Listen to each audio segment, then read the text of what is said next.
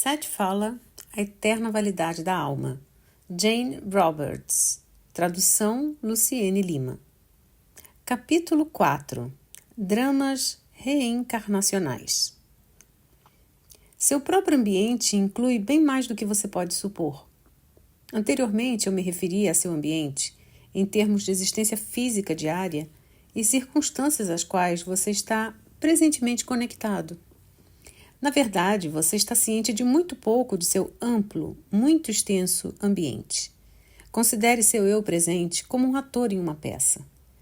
Uma difícil e nova analogia, mas adequada. A cena é estabelecida no século XX. Você cria as propriedades, os cenários, os temas. De fato, você escreve, produz e atua em toda a produção. Você e qualquer outro indivíduo que atua na peça. Você está tão focado em seus papéis, no entanto, tão intrigado pela realidade que criou, tão entranhado nos problemas, nos desafios, nas esperanças e aflições de seus papéis particulares, que esqueceu que eles são suas próprias criações. Esse drama intensamente comovente, com todas as suas alegrias e tragédias, pode ser comparado à sua vida presente, seu ambiente presente, ambos individuais e em massa. Mas há outras peças acontecendo simultaneamente, nas quais você tem uma parte a atuar. Essas têm seus próprios cenários, suas próprias propriedades. Elas ganham lugar em diferentes períodos de tempo. Uma pode ser chamada a vida no século XX, outra pode ser chamada vida no século XVIII, ou nos anos 500 a.C., ou no ano 3000 d.C. Você também cria essas cenas e atua nelas. Essas peças também representam seu ambiente, um ambiente que cerca toda a sua personalidade. Entretanto, estou falando de sua porção, que está tomando parte nessa parte desse período particular.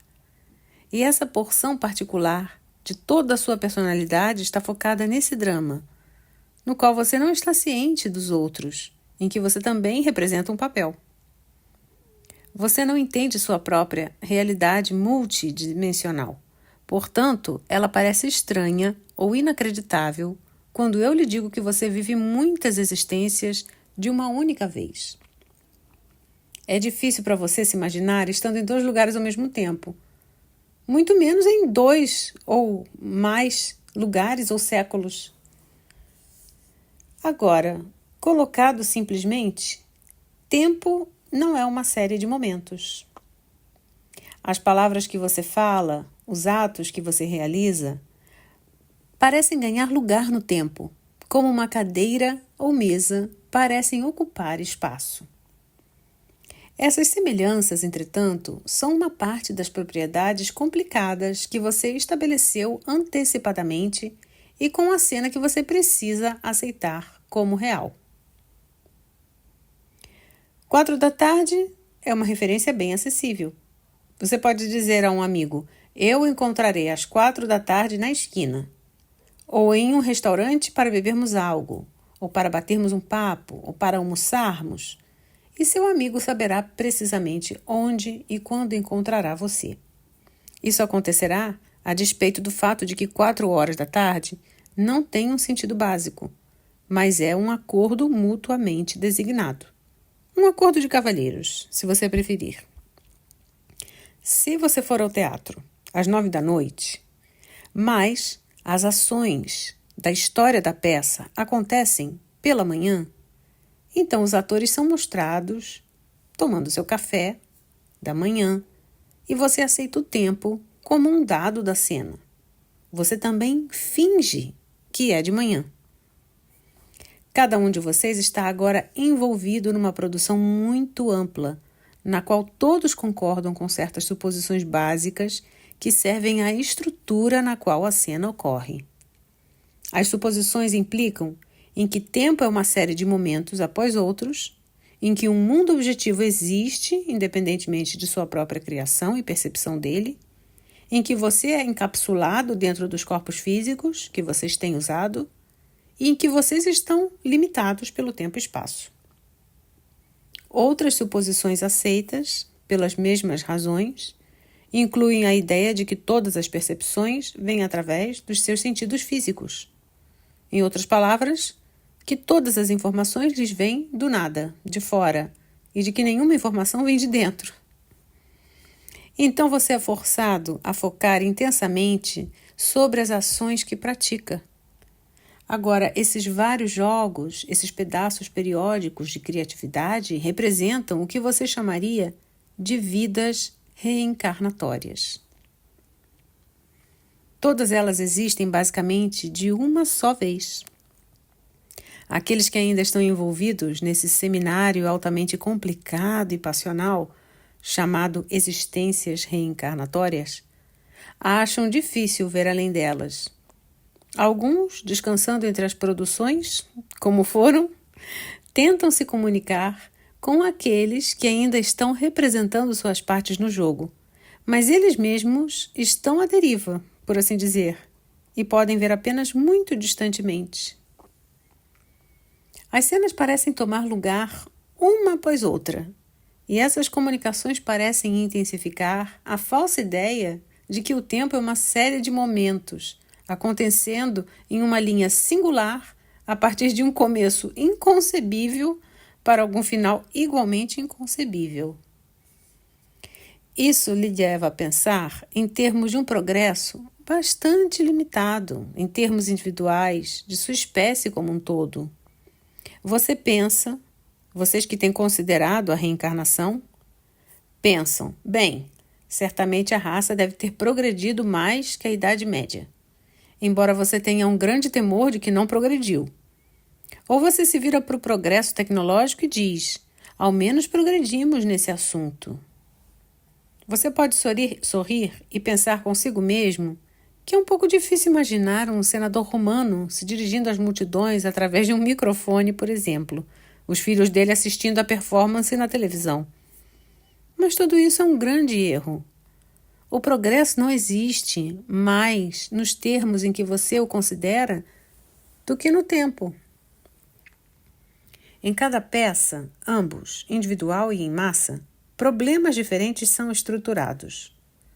O progresso pode ser medido em termos de maneiras particulares, nas quais aqueles problemas foram ou não resolvidos. Grandes avanços são feitos em certos períodos.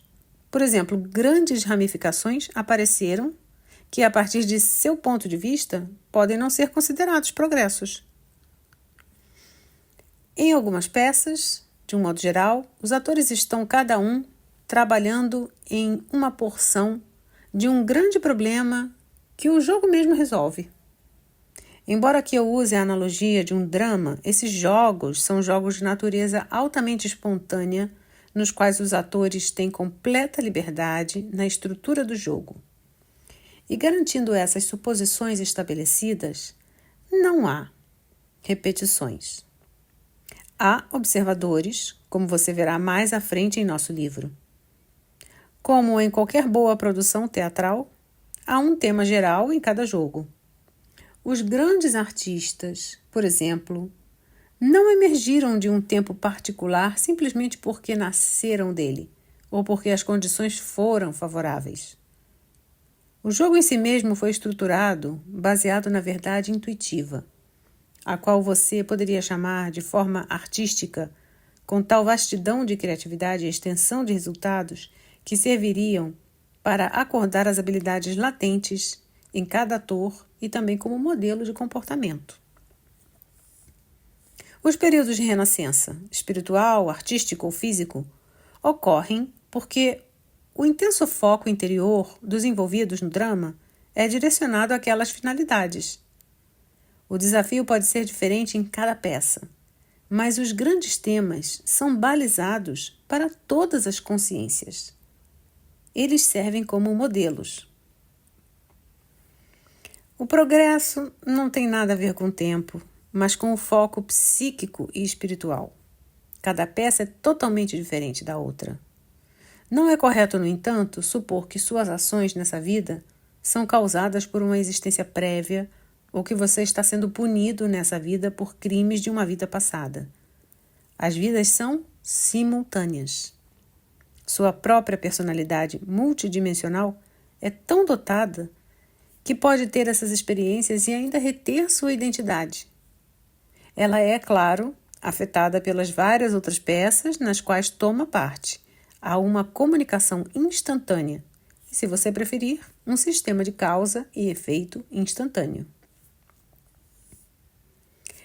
Essas peças dificilmente são sem propósito. Nelas, a personalidade multidimensional aprende através de suas próprias ações. Ela tenta uma variedade infinita de posturas, comportamentos padronizados, atitudes e provoca mudança nos outros como resultado. A palavra resultado automaticamente infere em causa e efeito, a causa acontecendo antes do efeito.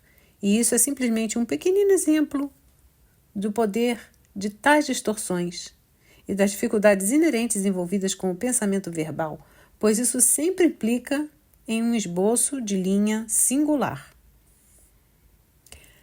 Você é o eu multidimensional que tem essas existências, que cria e toma parte nessas cenas apaixonadamente cósmicas, por assim dizer. É somente porque você foca nesse papel particular agora que você identifica todo o seu ser com ele.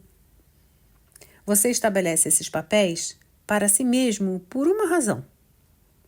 E a consciência está num estado de vir a ser.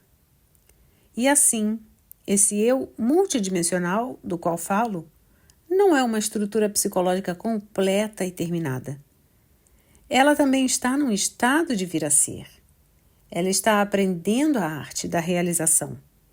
Ela tem consigo recursos criativos infinitos, possibilidades ilimitadas de desenvolvimento. Mas ela ainda tem que aprender o significado de realização e precisa encontrar em si mesma formas de trazer para a existência aquelas criações não mencionadas que estão dentro dela.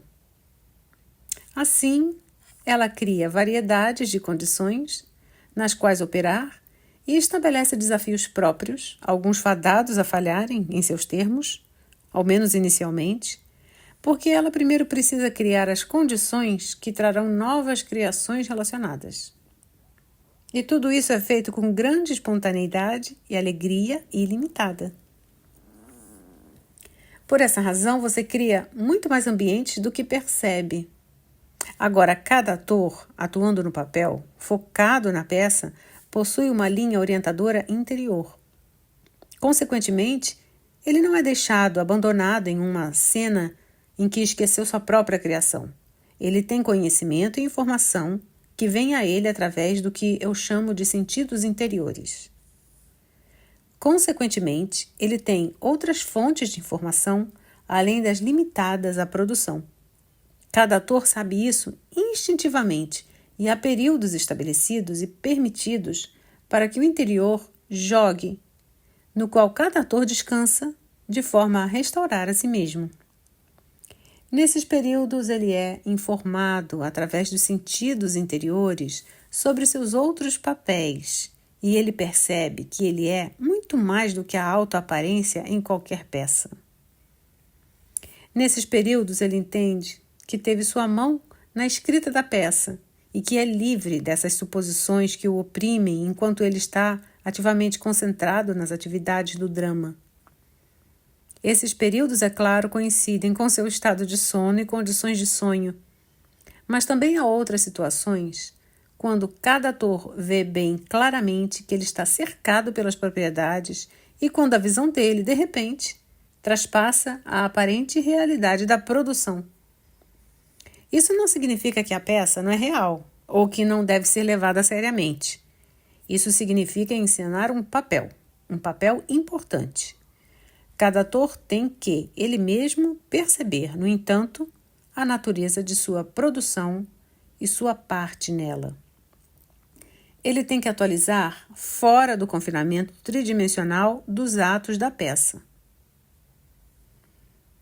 Há uma grande cooperação atrás de tais produções momentâneas e, ao atuar em seu papel, cada ator primeiro se atualiza com a realidade tridimensional.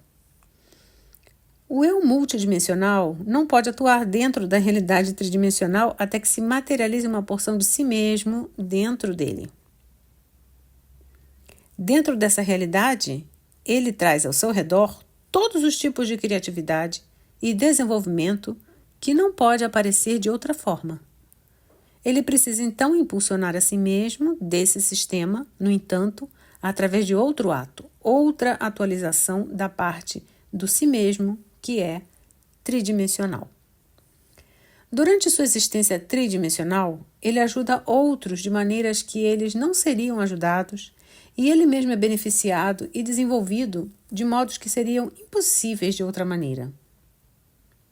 O significado da peça está dentro de você, no entanto. É apenas sua porção consciente que atua muito bem e ela está seguramente focada dentro das estruturas da produção. O propósito de qualquer vida está disponível a você. O conhecimento sob a superfície do ego consciente que você conhece. Todos os tipos de sugestões e pistas também estão disponíveis. Você tem o conhecimento de toda a sua personalidade multidimensional à sua disposição. Quando você percebe que tem, esse conhecimento lhe permite resolver os problemas ou enfrentar os desafios que você estabeleceu rapidamente em seus termos. E também áreas adicionais da criatividade pelas quais toda a cena ou produção pode ser enriquecida. Como uma extensão, então, do fluxo através do eu consciente, que você permite às intuições e conhecimento do eu multidimensional, até este ponto, não apenas você executa mais efetivamente seu papel na peça, mas também acrescenta nova energia, compreensão e criatividade à dimensão completa. Agora, parece a você claro que você é a única parte consciente de si mesmo, pois você está se identificando com o ator dessa produção particular. As outras porções de sua personalidade multidimensional, nessas outras peças reencarnatórias, são também consciência. E porque você é uma consciência multidimensional, você também é consciência em outras realidades ao lado dessas. Sua personalidade multidimensional, sua verdadeira identidade, o você real, é consciência de si mesma, como si mesma, em quaisquer destes papéis. Esses pedaços de período geralmente têm um propósito particular. Pela mesma natureza da consciência, ela procura materializar a si mesma em tantas dimensões quanto possível, para criar a partir de si mesma novos níveis de consciência, novas ramificações. Fazendo isso, ela cria toda a realidade.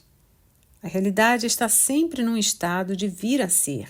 Os pensamentos que você tem, por exemplo, em seu papel de ator, ainda são completamente únicos e conduz a uma nova criatividade. Certos aspectos de sua própria consciência não poderiam ser preenchidos de outro modo. Quando você pensa em reencarnação, você supõe uma série de progressões. Ao invés disso, as várias vidas crescem do seu eu interior. Eles não são empurrados para você por alguma agência externa. Eles são um desenvolvimento material, conforme sua consciência se abre e se expressa, de muitos modos possíveis. Isso não é restrito a uma vida tridimensional, nem é restrito à existência tridimensional sozinha. Sua consciência, então, assume muitas formas, e essas formas não precisam ser semelhantes a quaisquer outras, digamos, como uma lagarta que se transforma em borboleta. A alma, ou entidade, tem completa liberdade de expressão. Ela muda sua forma para se adequar à sua própria expressão, e ela forma ambientes, como estágios estruturados, e mundos para se adequar a seus propósitos. Cada estrutura traz novos desenvolvimentos. A alma, ou entidade, é energia espiritual altamente espiritualizada. Ela forma qualquer corpo que você usa e é o poderoso motivo atrás da sua sobrevivência física, pois dela você tira a sua vitalidade. A consciência nunca é passiva, mas busca a criatividade incessantemente. A alma, no entanto, ou entidade, dota a realidade tridimensional e o eu tridimensional com seus próprios atributos. As habilidades da entidade residem dentro do eu tridimensional. O eu tridimensional, o ator, tem acesso a essa informação e a esses potenciais ao aprender a redescobrir sua relação com a entidade. E o eu tridimensional aumenta o nível de compreensão, realizando a criatividade. O eu tridimensional se torna mais do que ele conhece. Não apenas a entidade é fortalecida, mas porções dela, tendo sido atualizada na existência tridimensional, agora somada à mesma qualidade e natureza da existência. Sem essa criatividade, a vida planetária, em seus termos, sempre seria estéril. A alma ou entidade dá um suspiro ao corpo e ao eu tridimensional interior. O eu tridimensional, então, atua sobre o seu propósito de abertura a novas áreas da criatividade. As entidades ou almas, em outras palavras, enviam porções de si mesmas para abrir avenidas de realidade que não existiriam se fosse o contrário. Os eus tridimensionais, existindo nessas realidades, têm que focar sua atenção ali completamente. Uma consciência interna lhes dá uma força de energia, uma fonte de energia e força. Porém, eles têm que vir a entender seus papéis como atores, finalmente, a partir de seus papéis e através de outro ato de compreensão, um retorno à entidade. Há aqueles que parecem completamente conscientes nessas peças. Essas personalidades propensas a representar papéis, sabendo que eles são papéis, de forma a conduzir a outros através da compreensão e desenvolvimento necessários. Elas conduzem os autores a verem além dos eus e cenários que criaram. Essas personalidades, a partir de outros níveis de existência, vigiam a peça, por assim dizer, e aparecem entre os atores. O propósito delas é abrir, dentro dos eus tridimensionais, essas portas de entrada psicológicas que liberarão o eu tridimensional para desenvolvimentos futuros em outro sistema de realidade. Vocês estão aprendendo a ser co-criadores. Vocês estão aprendendo a ser deuses conforme vocês entendem o termo agora. Vocês estão aprendendo a responsabilidade de qualquer consciência individualizada. Vocês estão aprendendo a lidar com a energia que são para propósitos criativos. Você será ligado aos que ama e aos que odeia. Entretanto, você aprenderá a liberar, perder e dissipar o ódio. Você aprenderá a usar criativamente o ódio e a transformá-lo para propósitos mais altos, para transformá-lo finalmente em amor. Farei isso mais claro nos capítulos posteriores. As estruturas em seus ambientes físicos, a amorosa parafernália temporária, os aspectos físicos da vida como você conhece, são todas camuflagens. Assim, eu chamo sua realidade física de uma camuflagem. Ainda assim, essas camuflagens são compostas da vitalidade do universo. Pedras, rochas, montanhas e terra são camuflagens vivas, entrelaçadas em teias psíquicas formadas por uma consciência diminuto, que você não consegue perceber como tal. Os átomos e moléculas nelas têm suas próprias consciências, como têm os átomos e moléculas em seu corpo. Já que todos vocês têm uma participação na formação desse cenário físico, e já que você está abrigado numa realidade, numa forma física, então, usando os sentidos físicos, você irá apenas perceber essa estrutura fantástica. a realidade que existe dentro e além disso, iludirá você. Nem sequer o ator é completamente tridimensional. Ele é uma parte de um eu multidimensional. Nele, há métodos de percepção que o permitem ver, através da estrutura da camuflagem, ver além do estágio. Ele usa esses sentidos interiores constantemente, embora a parte do ator, a parte ator dele, mesmo seja de tanta intenção sobre a peça que isso escapa dele. De uma forma geral, os sentidos físicos, na verdade, formam a realidade física que eles parecem apenas perceber. Eles mesmos são parte da camuflagem, mas eles são como lentes sobre suas percepções internas naturais que os forçam a ver um campo de atividade disponível como matéria física, e assim eles podem ser confiáveis apenas para lhe dizer o que está acontecendo de uma forma superficial. Você pode dizer a posição dos outros atores, por exemplo, ou o tempo pelo relógio, mas esses sentidos físicos não lhe dirão que o tempo em si mesmo é uma camuflagem, ou que aquelas formas conscienciais formam os outros atores, ou que as realidades que você não pode ver existem sobre e além da matéria física que é tão aparente. Você, no entanto, usando os seus sentidos interiores, percebe a realidade como ela existe, a parte da peça e de seu papel nela.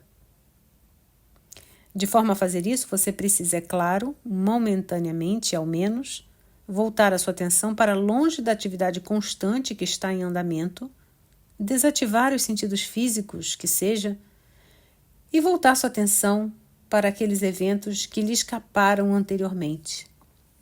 Simplificando bastante, o efeito seria algo como trocar um par de óculos por um outro, pois os sentidos físicos são tão artificiais, basicamente falando, para o ser interior, como um par de óculos, ou um aparelho auditivo é para o eu físico. Os sentidos físicos, portanto, são raramente usados conscientemente em sua inteireza. Você ficaria mais desorientado, por exemplo, mas bastante apavorado, se entre um momento e o próximo seu ambiente familiar, como você o conhece, desaparecesse, sendo substituído por outras estruturas de informação, para as quais você não estivesse pronto a compreender.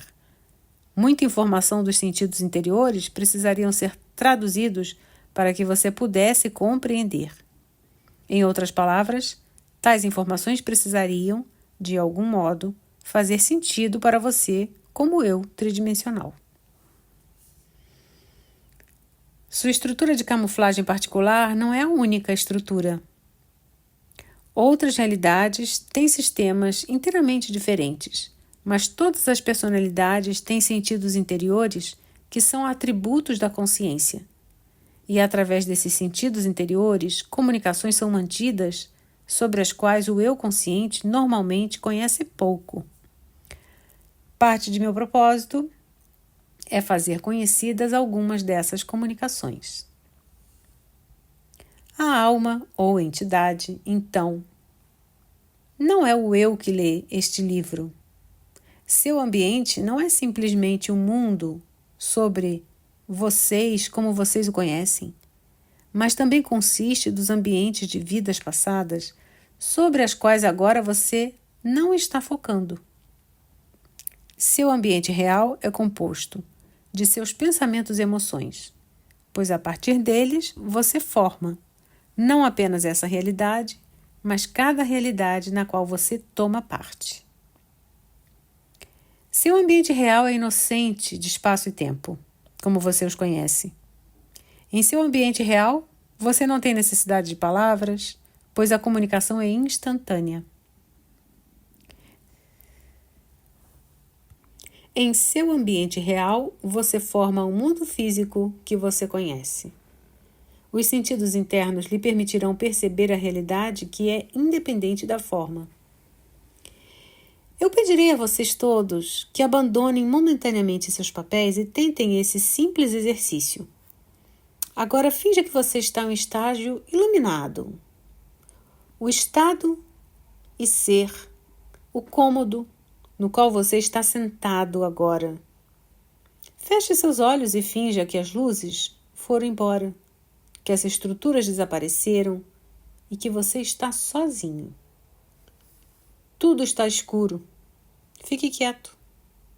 Imagine, tão vivamente quanto puder, a existência dos sentidos interiores. Por agora, finja que eles correspondem aos seus sentidos físicos. Limpe de sua mente todos os pensamentos e preocupações. Seja receptivo. Muito gentilmente escute, não aos sons físicos, mas aos sons que vêm através de seus sentidos interiores. As imagens podem começar a aparecer. Aceite-as como visões tão válidas quanto as que você vê fisicamente. Finja que é um mundo interior e que ele lhe será revelado quando você aprender a percebê-lo com esses sentidos interiores. Finja que você tem estado cego a esse mundo toda a sua vida e agora está, vagarosamente, ganhando a visão interna dele. Não julgue todo o mundo interno pelas imagens desarticuladas que você pode estar percebendo ou pelos sons que você pode inicialmente estar escutando, pois você ainda estará usando seus sentidos interiores bem imperfeitamente. Faça esse simples exercício por alguns momentos antes de dormir ou em um estado de descanso. Ele pode também ser feito mesmo no meio de uma tarefa ordinária que não exija toda a sua atenção. Você simplesmente estará aprendendo a focar em uma nova dimensão de consciência, de forma rápida e instantânea, em um ambiente estranho. Lembre-se que você apenas perceberá fragmentos.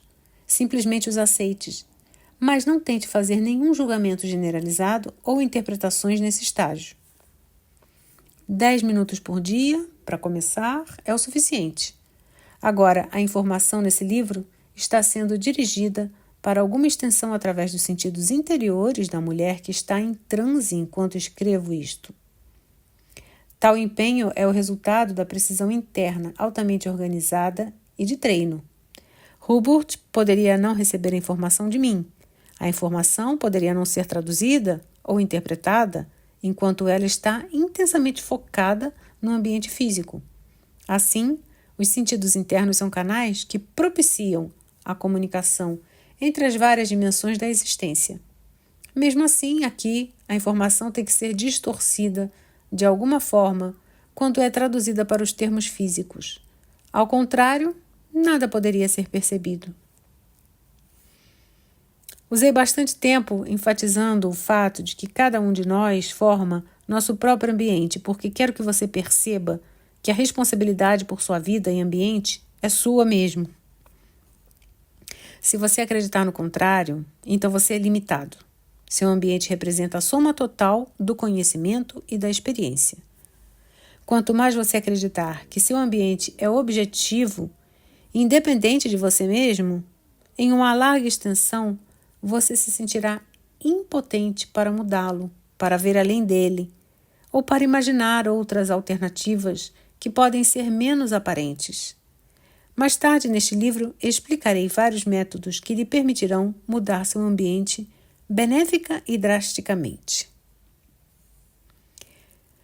Também discuti a reencarnação em termos de ambiente, porque muitas escolas do pensamento superenfatizam os efeitos das existências reencarnatórias. Eles constantemente explicam as circunstâncias da vida presente como um resultado de padrões rígidos e descompromissados determinados numa vida passada. Você se sentirá relativamente incompetente para lidar com a realidade da vida física presente, para alterar seu ambiente, se sentir que está à mercê das condições sobre as quais você não tem controle. As razões dadas para tais subjugações importam pouco na longa jornada. pois as razões mudam com o tempo e com sua cultura. Você não está sob uma sentença colocada sobre você por um pecado original, por nenhum evento na infância ou por uma experiência de vida passada. Sua vida, por exemplo, pode ser muito menos plena do que você pensa que preferiria. Você pode ser menos quando seria mais. Mas você não está sob uma mortalha colocada sobre sua psique. Nem por um pecado original, uma síndrome infantil freudiana, ou sob influências de vidas passadas. Tentarei explicar as influências de vidas passadas um pouco mais claramente aqui. Elas lhe afetam como qualquer experiência o faz. O tempo não está fechado, ele está aberto. Uma vida não é enterrada no passado, desconectada do eu presente e de qualquer eu futuro igualmente. Como expliquei antes, as vidas passadas, todas as vidas, as peças, como dizíamos, estão acontecendo imediatamente. A criatividade e a consciência nunca são realizações lineares. Em cada vida você escolhe e cria suas próprias estruturas ou ambientes. E nelas você escolhe seus papéis e quaisquer incidentes da infância que virão para a sua experiência. Você escreveu o roteiro. Como um verdadeiro professor distraído, o eu consciente esquece tudo isso, porém, assim, quando a tragédia aparece no roteiro, dificuldades ou desafios, o eu consciente procura alguém ou algo para culpar. Antes deste livro estar completo, espero lhe mostrar precisamente como você cria cada minuto da sua experiência. Assim, você pode começar a manifestar sua verdadeira responsabilidade criativa em um nível consciente, ou quase. Conforme você lê este livro, olhe em torno de você na sala onde você se senta. Cadeiras e mesas, o teto e o chão podem parecer bem reais e sólidos, bastante permanentes, enquanto você, ao contrário, pode se sentir altamente vulnerável, pego em um momento entre o nascimento e a extinção. Você pode até se sentir com inveja quando pensar sobre isso, imaginando que o universo físico continuará a existir muito tempo depois de você ter partido. Pelo fim de nosso livro, no entanto, espero que você perceba a eterna validade de sua própria consciência e a impermanência desses aspectos físicos de seu ambiente e de seu universo que agora parecem tão seguros.